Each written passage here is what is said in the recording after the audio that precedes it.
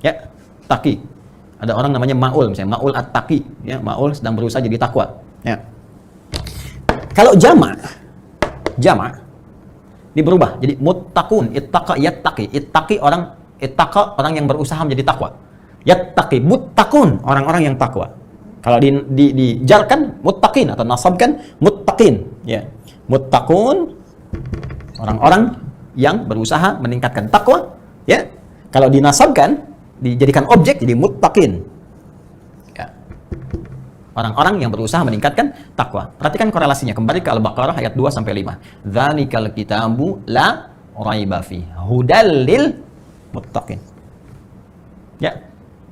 Isi Al-Quran jangan pernah diragukan kandungannya, memberi petunjuk pada orang-orang yang berusaha meningkatkan takwanya. Bagaimana dia bisa meningkatkan takwa itu? Ya kan sini kan, semakin kau tingkatkan takwa akan menutup sifat burukmu, kan? Fujurnya hilang kan? Yang muncul nilai-nilai kebaikannya, maka cenderung bahagia, cenderung sukses. Bagaimana meningkatkan takwa itu? Kembali lagi ke Al-Baqarah ayat 3 dan 4. Alladzina yu'minuna bil ghaib wa yuqimunas shalah, shalah meningkatkan takwa. Wa mimma razaqnahum yunfiqun, infak meningkatkan takwa. Walladzina yu'minuna bima unzila ilaik, berinteraksi dengan Al-Qur'an meningkatkan takwa. Puasa meningkatkan takwa, haji meningkatkan takwa, zikir meningkatkan takwa.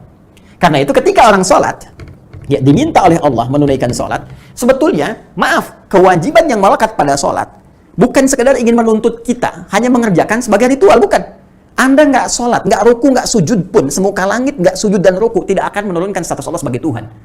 Allah nggak butuh dengan sholat kita, yang butuh kita. Karena manfaat sholat ini sendiri, sholat adalah bagian dari amalan takwa. Ya, masih ingat korelasinya? Ketika takwa dikerjakan, ya naik takwanya, maka potensi ini akan mulai menutup sifat-sifat fujurnya. Fujur ini kan kumpulan nilai-nilai yang tadi, yang negatif tadi. Ya, yang cenderung membawa pada nilai-nilai keburukan. Nah, kalau takwanya naik, ininya ketutup. Di antara amalan takwa itu sholat. Semakin orang sholatnya benar, semakin meningkat, maka sifat-sifat buruk ini mulai terkoreksi, tertutup.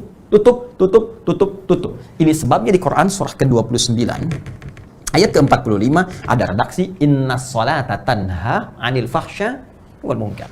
Sungguh, sholat kalau benar dikerjakan, akan berpotensi mencegah perbuatan keji dan mungkar. Makanya saya sering katakan, orang kalau sholat benar, ya, benar aja sholatnya, maka sudah, pasti jadi orang baik.